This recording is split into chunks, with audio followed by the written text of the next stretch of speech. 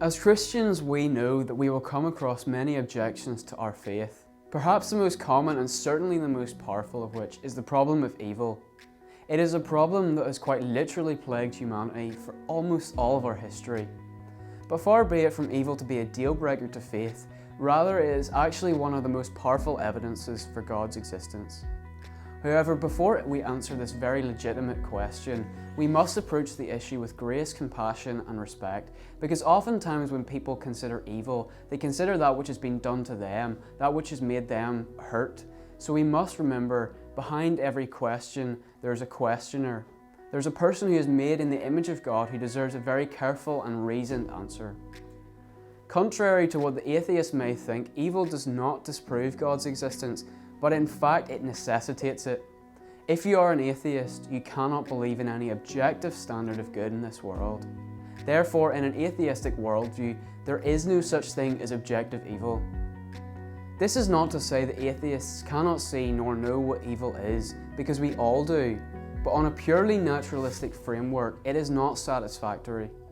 To take atheism to its logical conclusion, we find, as Richard Dawkins says, that in this universe there exists no purpose, no good, no evil, nothing but pitiless indifference. However, we know in our hearts this does not sit right.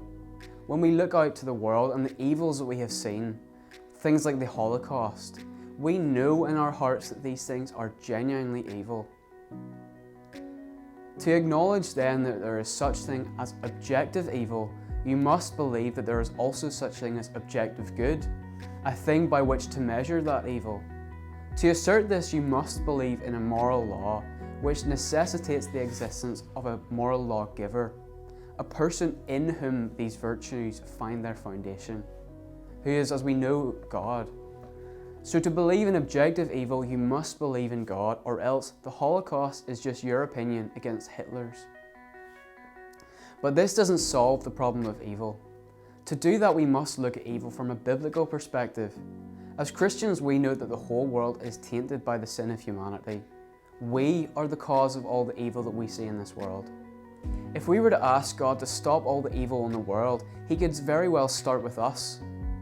But God allows much of the evil to take place in this world because He has created us with free will, which is one of our greatest gifts. He has given us free will so we are free to love Him. But the freedom to love is also the freedom to hate, something that we are quite literally bound to do in our sin.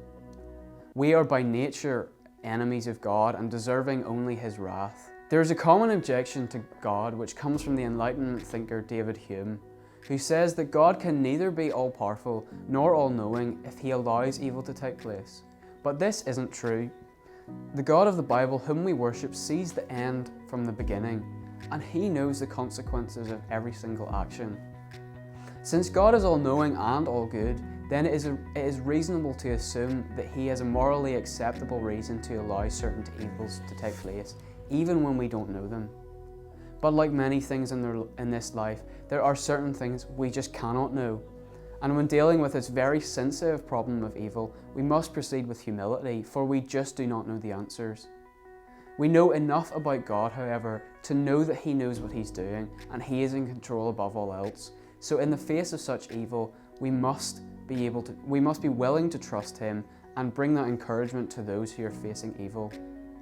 If there is one thing that our God is really great at, it's being able to make immeasurable good come out of horrific evil.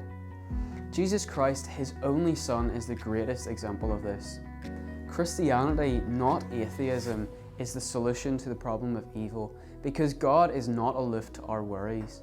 For as the writer to the Hebrews tells us, we have a great high priest who is able to empathize with our weaknesses, for He faced them all first.